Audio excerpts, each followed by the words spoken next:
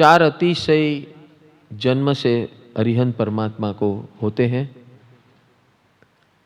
11 अतिशय कर्मक्षय से होते हैं और 19 अतिशय देवकृत होते हैं। यानी कि देव देवी इंद्र इंद्राणी अपनी भक्ति स्वरूप, भगवान की भक्ति स्वरूप ये अतिशय क्रिएट करते हैं ताकि भगवान की महिमा बढ़े और जगत को उसका लाभ मिले। इस भाव से देव देवियाँ, इंद्र इंद्राणियाँ ये रचना करते हैं ताकि भगवान का महत्व जगत को पता चले। अब छत्र का वर्णन करते हैं, 3 छत्र का वर्णन करते हैं यहाँ पर।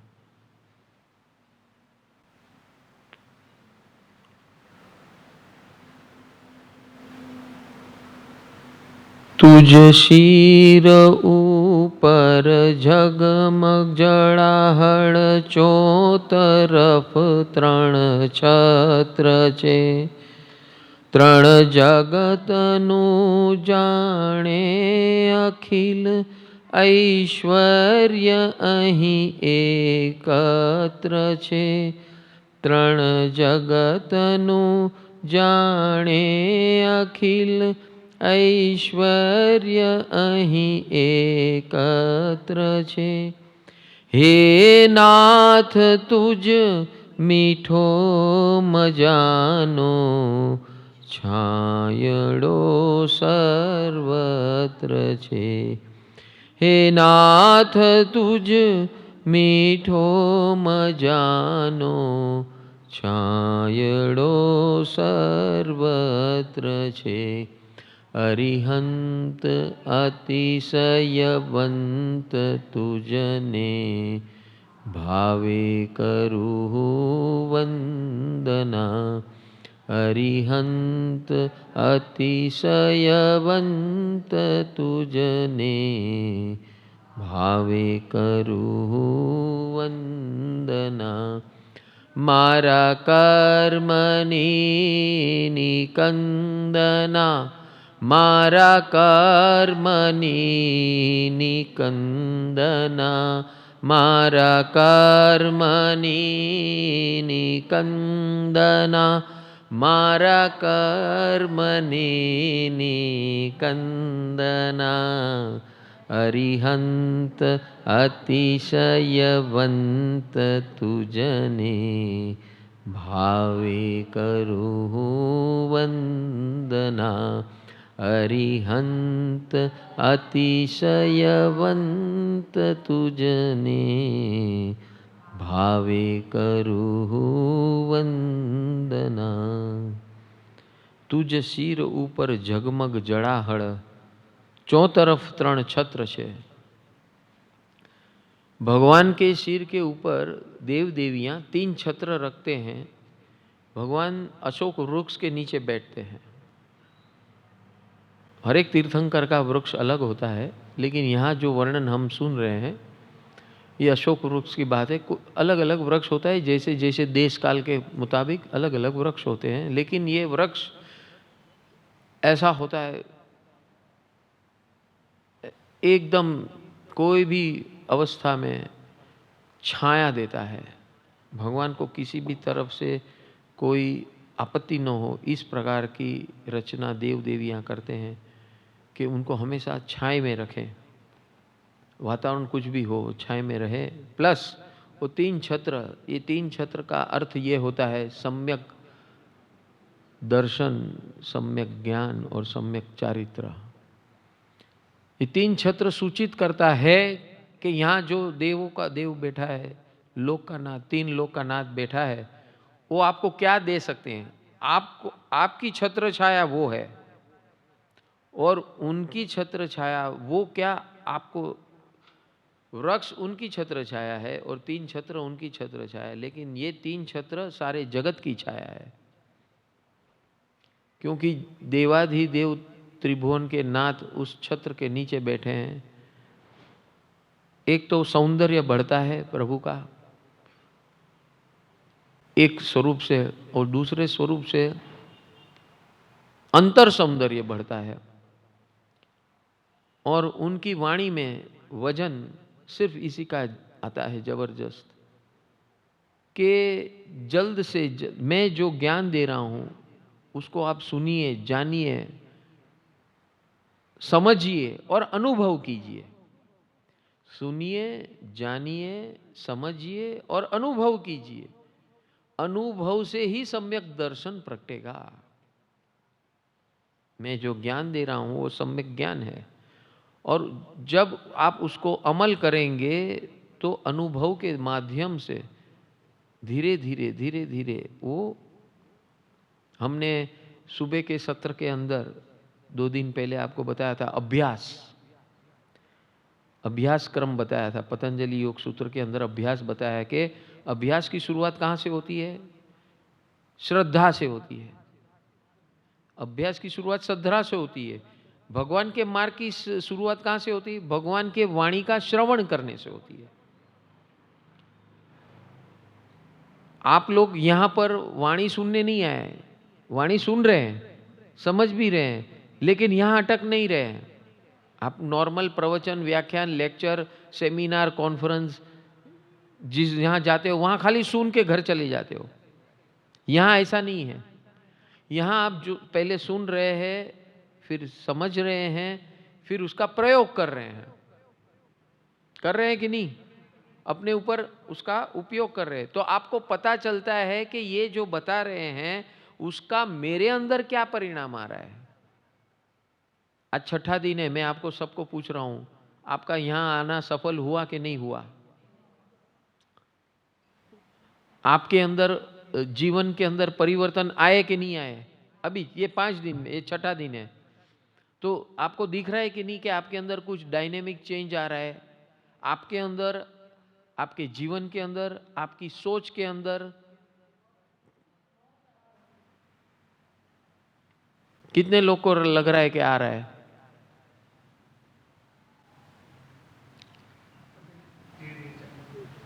जिसको नहीं आ रहा है ये बहुत बुद्धि वापर रहे हैं। जिसको नहीं आ रहा है वो खाली बुद्धि वापर रहे हैं। और ये मार्ग बुद्धि का नहीं है। मैंने पहले दिन बताया, यहां बुद्धि को नहीं नहीं, हमारे धर्म स्थानों के अंदर चप्पल पहनना मना है, मालूम है क्यों? हैं? जीव जंतु को वैसे ही मरते हैं, तेरे से कुछ नहीं मरता है। समझ गए क्या? वो चप्पल यानी हम लोग चपड़ मालूम है? चपड़ता यानी क्या? बुद्धि का उपयोग, ओवर स्मार्ट। હા દેખો, હંસાબેન ને બરાબર ખબર છે, એટલે કીર્તિભાઈ નું બેલેન્સ થાય છે. હે એને કંપની કરવા આવ્યા છો. બહુ સાત્વિક જીવ છે, બહુ સાત્વિક જીવ છે, એટલે નસીબદાર છો. આવા આવા જીવ મળવા એઝ અ લાઈફ પાર્ટનર બહુ ભાગ્યશાળીને મળે. તો સાસુ તો બધી સાસુ કે એ વાતમાં માલ નથી. બધી સાસુ આ તો કે જ તમને કે તમે ખાટી ગયા. મારી એ સાસુ કહેતી હતી, પછી 20-25 વર્ષ પછી જે ગયા ને ત્યારે ક્યાં હું ખાટી ગઈ.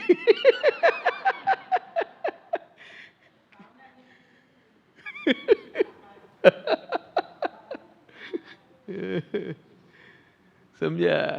એટલે એ સાસુઓનું બહુ સાંભળવું નહીં, તો બધું બદલતું રહે.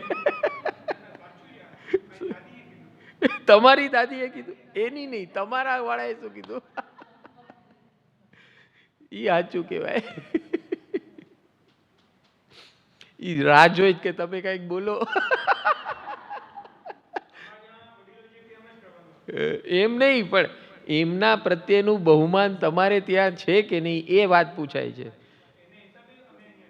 હા હા, નહીં એટલે તમારા ઘરવાળા શું કહે છે? બસ બસ એ જ મહત્વનું છે. હમણાં ગઈકાલે શું નામ બેનનું, દેરાણી જેઠાણી જેઠાણી હા ત્રિલોચના, ત્રણ ત્રણ લોચન છે.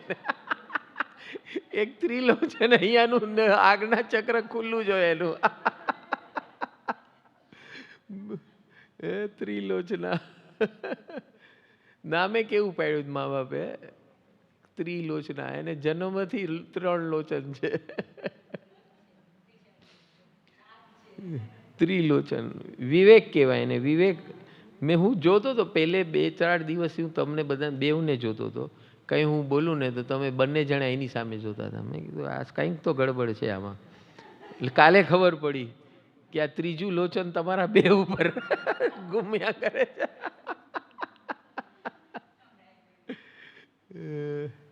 ત્રિલોચના બેન. તો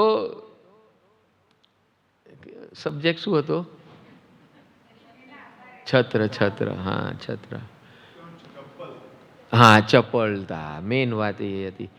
આપણે કીર્તિભાઈમાંથી વાત નીકળી કે આ બેનની વાત ત્યારે આવી કે તમે ચપળ છો અને સરળ છે. ચપળ જીવ શું કરે? બુદ્ધિના બધા તકાજા વાપરે અને ક્યાંય સેટલ જ ન થાય. તમે શું છે કે મને મળો ને એટલે થોડીક વાર સેટલ થાવ છો, પાછા પોતાની બુદ્ધિમાં જાઓ છો ને એટલે ચિંતા દેખાય મોઢા ઉપર. તમે અહીંયા ફિઝિકલી છો, બાકી ચિંતા તમારી ઓલા સીએ ના પ્રેશર બોલે છે.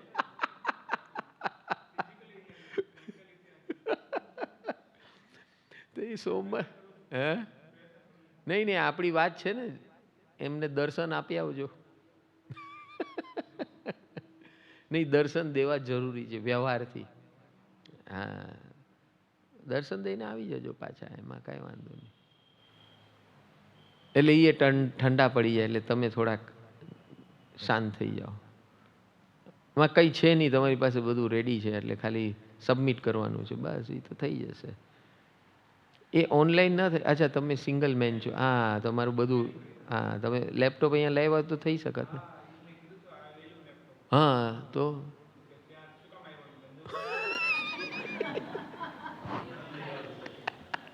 વાત સાચી છે. તમે પછી આખો દિવસ મંડી પડે.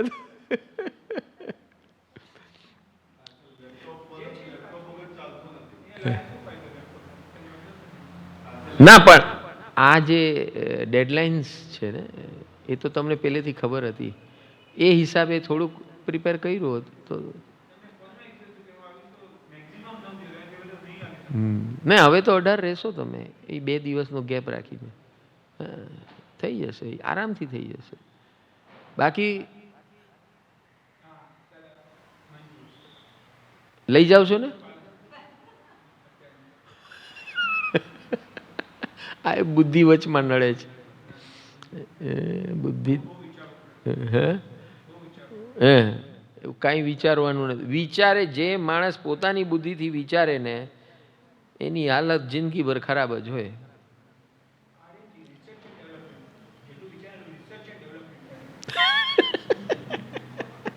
એ જ હું કહું છું, તમે જિંદગીભર R&D જ કર્યા કરો.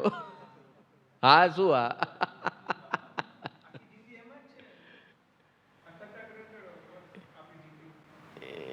ને ક્યાંય ના ન રહો, ક્યાંય ના ન રહો. આ એવું પ્લેટફોર્મ છે કે અહીંયા આવ્યા પછી કોઈ શોધ બાકી રહેતી નથી.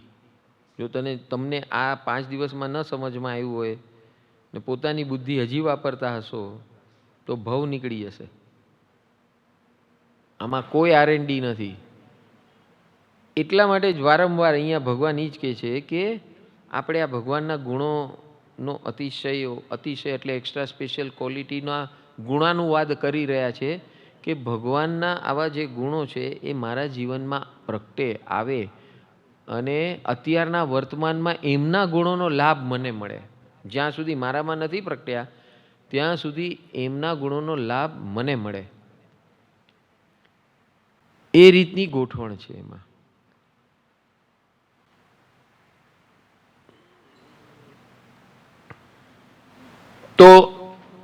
બુદ્ધિ ચાતુર્ય લગભગ 95% મનુષ્યને બરબાદ કરે છે.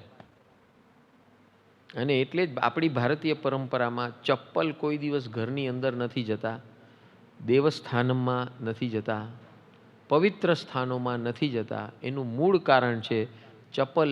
એનું નામ શા માટે ચપ્પલ પાડ્યું? એના માટે ચપ્પલ પાડ્યું કે ભાઈ, જ્યારે પણ શાંતિ જોતી હોય ને ઘરમાં કે દેવસ્થાનમાં, તો તારી ચપળતા બહાર મૂકીને પછી અંદર પ્રવેશ કરજે.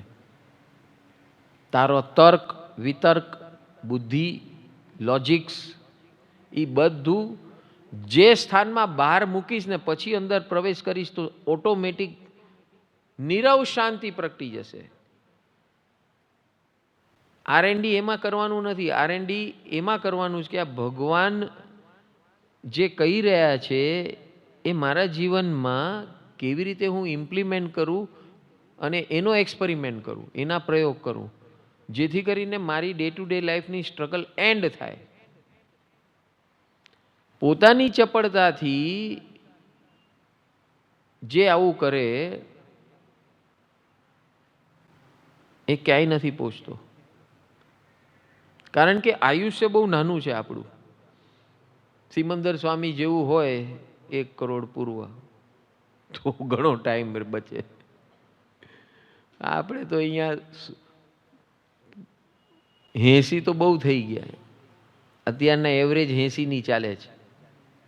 ઘરે ઘરે તમને 80 to 90ની વચ્ચેના બધા વડીલો મળશે. બરાબર કે નહીં? એનું એ શહેરોમાં, ગામડાઓમાં નહીં. હે? ક્યાં? ના રે ના, બહુ કઠિન જીવતા હોય. સારું હોય પણ કઠિન હોય. આ સુખ સુવિધા વાળું હોય. અહીંયા બધી સુખ સુવિધા હોય ને, ફેસિલિટીઝ હોય, અવેલેબલ હોય, અને પ્રભુની કૃપાથી રોટી કપડાં મકાન ધન સંપત્તિ વ્યવસ્થિત હોય એટલે આયુષ્ય ઓટોમેટિક, હા, પુણ્યની કૃપાથી. આયુષ્ય છે ને શ્વાસોશ્વાસ ઉપર છે. કેના ઉપર છે? શ્વાસોશ્વાસ ઉપર. એટલે જેટલું તમારી જીવનની અંદર કઠણાઈ આવે એટલું તમારા શ્વાસોશ્વાસ ફાસ્ટ થાય. એટલે તમે શું કરો છો કે આયુષ્ય કન્ઝ્યુમ કરી લો છો, એટલે તમારું ઓટોમેટિક ઓછું થઈ જાય. સમજાણું? આયુષ્ય ફિક્સ છે, પણ આયુષ્ય is not equal to years. આયુષ્ય is not equal to years, વર્ષો નથી. આયુષ્ય શ્વાસોશ્વાસ સાથે કનેક્ટેડ છે. એટલે જેટલા શ્વાસોશ્વાસ તમારા નિશ્ચિત છે એટલા જ જીવવાના છે. હવે તમારે એને સ્લો કરવા, ફાસ્ટ કરવા તમારા હાથમાં છે. હવે સમજાણું આ પ્રાણ મૈત્રી એટલે શું? હે? એટલે 2 મિનિટ કપાલભાતિ 2 જ મિનિટ કરવાની, જે ફાસ્ટ હોય છે. 3 મિનિટ ભસ્ત્રિકા એ ફાસ્ટ હોય છે, એ મધ્યમ હોય છે. કપાલભાતિ ફાસ્ટ હોય, ભસ્ત્રિકા મધ્યમ હોય, અને અનુલોમ વિલોમ એકદમ સ્લો હોય. એ શું કરે? અનુલોમ વિલોમ શું કરે? તમારું આયુષ્ય વધારી દે. આજે પણ હરિદ્વાર ઋષિકેશની અંદર એવા ઘણા ઋષિ મુનિઓ છે, વર્ષમાં 1 જ શ્વાસ લે. કેટલો? 1 જ શ્વાસ લે આખા વર્ષમાં. આપણા માટે વર્ષ, પણ એના માટે 1 જ ક્ષણ, કારણ કે 1 જ શ્વાસ લે. એવો એને અભ્યાસ કર્યો હોય શ્વાસોશ્વાસનો, ને મનને એટલું શાંત રાખ્યું હોય તો જ એ સંભવ છે. શ્વાસોશ્વાસને ડાયરેક્ટ વિચારો અને ભાવનાઓ સાથે કનેક્ટેડ છે. એટલે જેટલી ભાવના આપણે ત્યાં સામાયિકનું આટલું મહત્વ છે. હવે સમજાણું? હા, જૈન વ્યવસ્થાની અંદર સામાયિકનું મહત્વ એટલે માટે છે. અને એ સામાયિકને નો અભ્યાસ કરવા માટે 48 મિનિટનો અભ્યાસ કીધો.